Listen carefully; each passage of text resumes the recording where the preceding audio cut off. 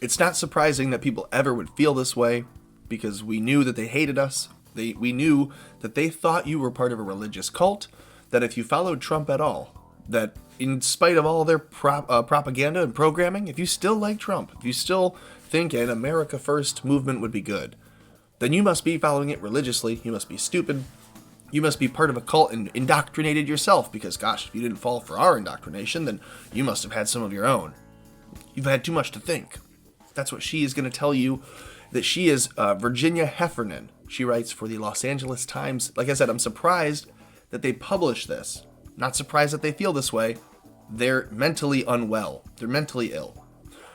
But they publish this mentally ill piece about half of the country, asking, what do we do about you? What do we do about the Trumpites? She says, oh heck no, she writes. The Trumpites next door to our pandemic gateway, who seem as devoted to the ex-president as you can get without being Q fans. Oh, let me cover up my shirt, Virginia. I don't want her to know that I ever did that. Just plowed our driveway without being asked. What? And they did a great job. What?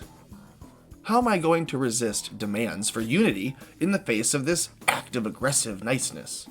You can see she's writing this tongue-in-cheek, but she means all of it. Of course, on some level, I realize I owe them a thanks. And, man, it really looks like the guy backdragged the driveway like a pro. How much thanks, though? These neighbors are staunch partisans of blue lives. Oh, they like cops? Oh, no. There aren't a lot of people other than white lives in the neighborhood. Wait, hang on. So you're admitting you live in this predominantly white neighborhood? Just like them, you live there, but you hate cops, so you're a good person. It's also kind of weird. Back in the city, people don't sweep other driveways or walkways for nothing.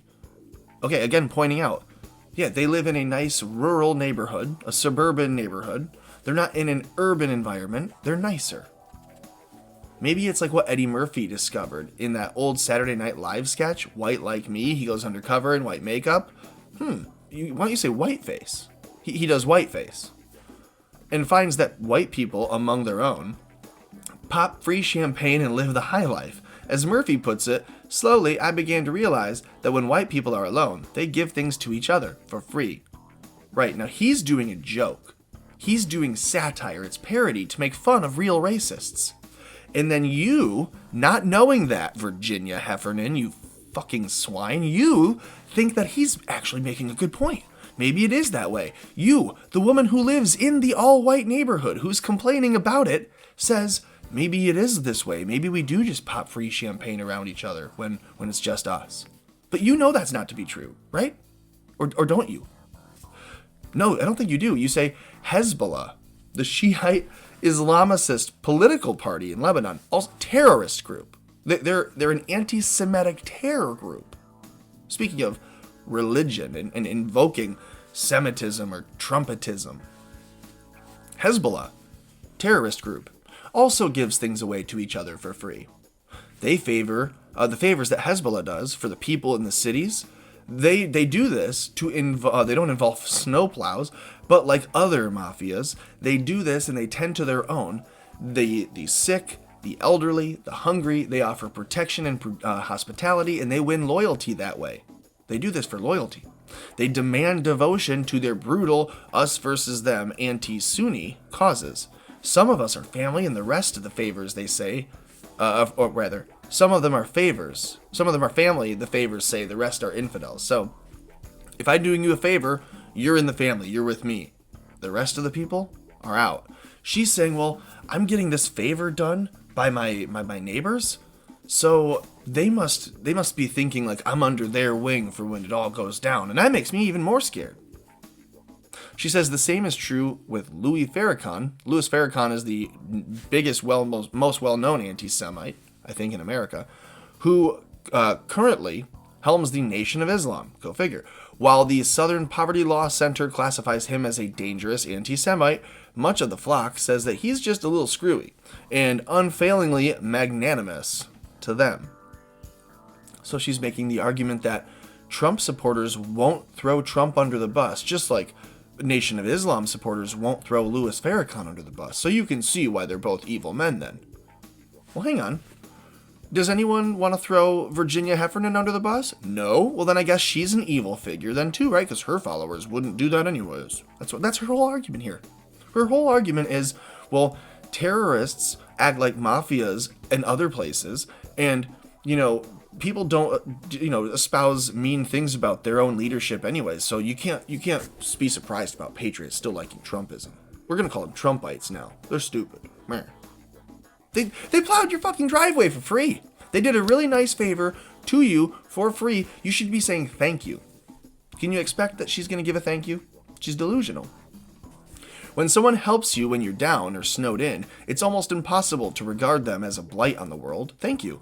In fact, you're more likely to be overwhelmed with gratitude and convinced that that person's inherently good. Yeah, go figure. Can you get to that point mentally if you are not inherently good, though? Virginia, we're going to find out. You might end up like the upper middle class family I stayed with in France as a teenager. Tell us more. She said they did not attend a citywide celebration for the 100th birthday of Charles de Gaulle, the war hero who orchestrated the liberation of his country from Nazi Germany in 1944. They did have several portraits of Philippe Pétain, the Nazi collaborator, though, on their wall. When I screwed up the courage to ask how it was for them during the occupation, the lady of the house said, "We were happy because the Nazis were very police. And I didn't know the words, so I excused myself to consult a French-English dictionary. I was in tears when I found the entry, polite." The woman said the Nazis were polite. You've heard this before. The good Germans, right? The polite Nazis. The reason that they were able to walk through and take over cities and countries was because they didn't do it at knife point and gunpoint. A lot of times they were just smiling, marching, saying, "Hey, we're here to liberate you of whatever corruption you've had." And you can imagine, every state has some. So you can think to that French family, they're thinking, well, we've seen the French Revolution, that came and went. These other guys, they've got order. They think that they didn't care so much. Now, they definitely didn't think, those soldiers out there were polite. I better freak out. She's saying that they ought to have gone and slaughtered, this whole family ought to have gone and slaughtered every single Nazi that came into Paris, is what she's saying. That would have been ridiculous. They wouldn't have survived. But that's her attitude towards her own neighbors. She says, when I accept generosity from my pandemic neighbors, I don't know why you're calling them that. They're just your neighbors, right? Or are you saying you only live there or they only live there because of the pandemic? Acknowledging legitimate kindness with a wave or a plate of cookies?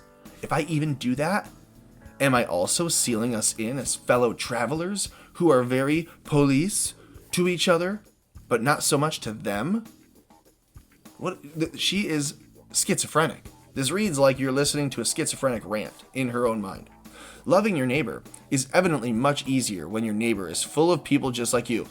Hang on, your neighborhood is full of people just like you. That's you, Virginia. Virginia Heffernan, that's you talking. You are just like all of your other neighbors. You're admitting this. So loving yourself is easier when it's just you around. And if you have to love your neighbor, they better be just like you. And if your neighbor is a Trumpite, they're willing to love you or show you love or kindness, even if they know you're not like them. And you are unable to accept it. You can't show them an appreciation or a kindness or a love or a gesture. You can't even accept one from someone who's unlike you. So imagine that. You can't love yourself. You won't let other people love you. Doesn't sound like a fun existence for you. No wonder you're listening to the voices in your head. They're probably the only things that sound kind to you. What do we do about the Trumpites around us?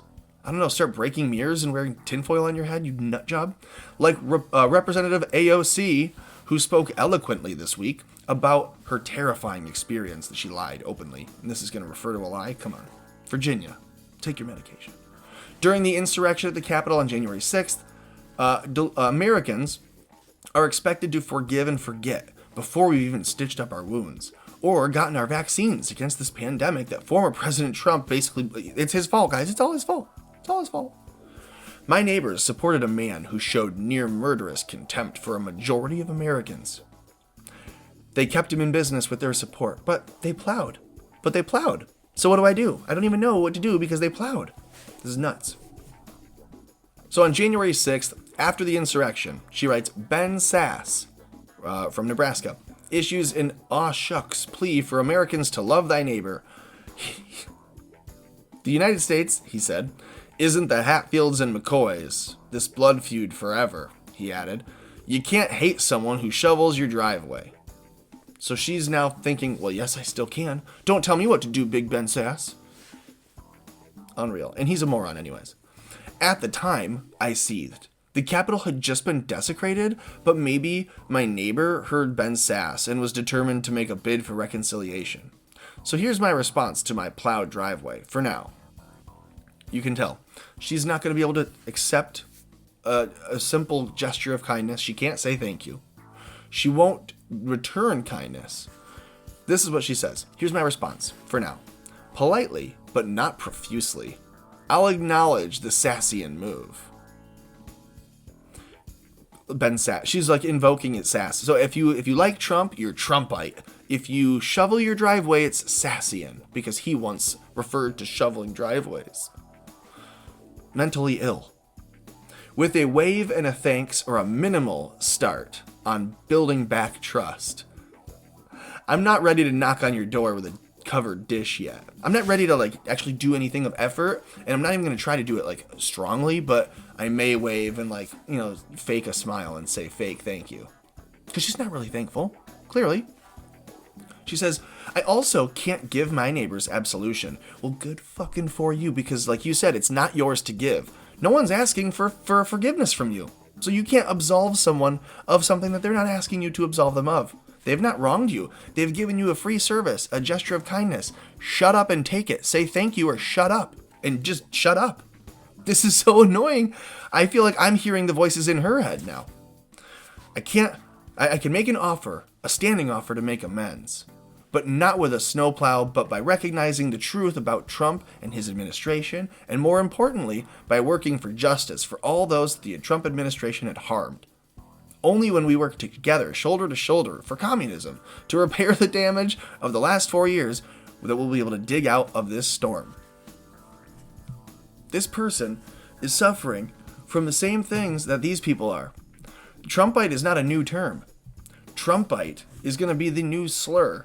If you still follow Trump and they want to call you basically mentally, if they want to call you a mental midget and a stupid conservative that still likes Trump after all the propaganda we shoved down your throat, how can you still stomach him? How do you still have room for him in there with all the shit we fed you? Then you get this. They're going to call you a Trumpite. No matter what, you're going to be dumb and damaging. And the reason that this is important is because they will force their delusion onto you through the mainstream, and it will have real life consequences. They have delusional disorders. She believes honestly that her neighbor, because they differ in political ideology or opinion or belief or the candidate that they voted for, that's the only reason she has to go on. Literally, she said, everything else is the same. They live in the same neighborhood. They have virtually the same income because they're living in the same neighborhood. They have similar homes. They live there through the same amount of time. And she says they all got the same amount of snow, and the neighbor helped her plow out. And she's wondering what their plan is, because clearly it's not just kindness. There must be either being the good Nazi, just trying to lull us into coexistence so that they can take over, or maybe it's even worse. Maybe it's like it's a microaggression against my ability to shovel mine for myself. Damn it, I'm a strong woman. Virginia, no, you're not. The delusional disorder. A delusional disorder is a previously called paranoid disorder, is a type of serious mental illness called a psychotic or a disorder. People who have it can't tell what's real from what's imagined. How many people do you know in the mainstream who you think would probably have a tinge or more of this? They say delusions are the main symptom of delusional disorder. They're unshakable beliefs that something that isn't true or based in reality is. But that doesn't mean that that's unrealistic. So just to be sure, someone can have a completely realistic delusion. That is, it's believable that it could happen. It just isn't. You could say Donald Trump conspired with Russian oligarchs and people online and people in tech and worked to crumble any confidence that Hillary would have had, and then he won the election that way. That didn't happen. But it's not unrealistic in the sense that you would say Donald Trump is secretly a shape-shifting lizard man. That is an entirely different kind of delusion. Delusional disorder would be something where you think, my mailman is reading my mail. He holds my mail up and he reads it to see if there's anything good, and then he gives it to me and I've watched him through the window. In reality, people often see like someone checking a package to make sure that it's going to the right house or the address, that they've got it sorted correctly. And people think, like the viral video of the woman who thought her mailman was stalking her, right? I'll link that in the comments if I can find it. A woman was accusing a mailman of stalking her. She goes, this is the third time this week. She runs up to his car and he's like, lady, you're crazy. You're delusional. Like you can see, he's in a mail truck. This is the delusion we're talking about. She legitimately thinks the people that live next door, who just tried to be a good neighbor, like State Farm, they're just trying to be nice. And she's going to say, nope, can't be them being nice because I already know that they're evil because the news told me they're evil. And I already believe that anyone that likes Trump is inherently evil. So what kind of evil are they out to do to me? That's delusional. These people have mental illnesses. Let me know what you think in the comments below. I'm not trying to crap on anyone with mental illness. I'm just saying I'm not going to take your opinion on reality if you have a delusional disorder. That's all. Let me know what you think in the comments below. Like the video, share the video, subscribe to this channel. That would really help. Hit the notification bell. Go support. Go check it out on Odyssey, Rumble, BitChute, YouTube, Gab, and help me keep America sane-ish? Trying? Flag a-flying? No voices in your head a-crying? Virginia, sorry. It's over. Keep America afloat.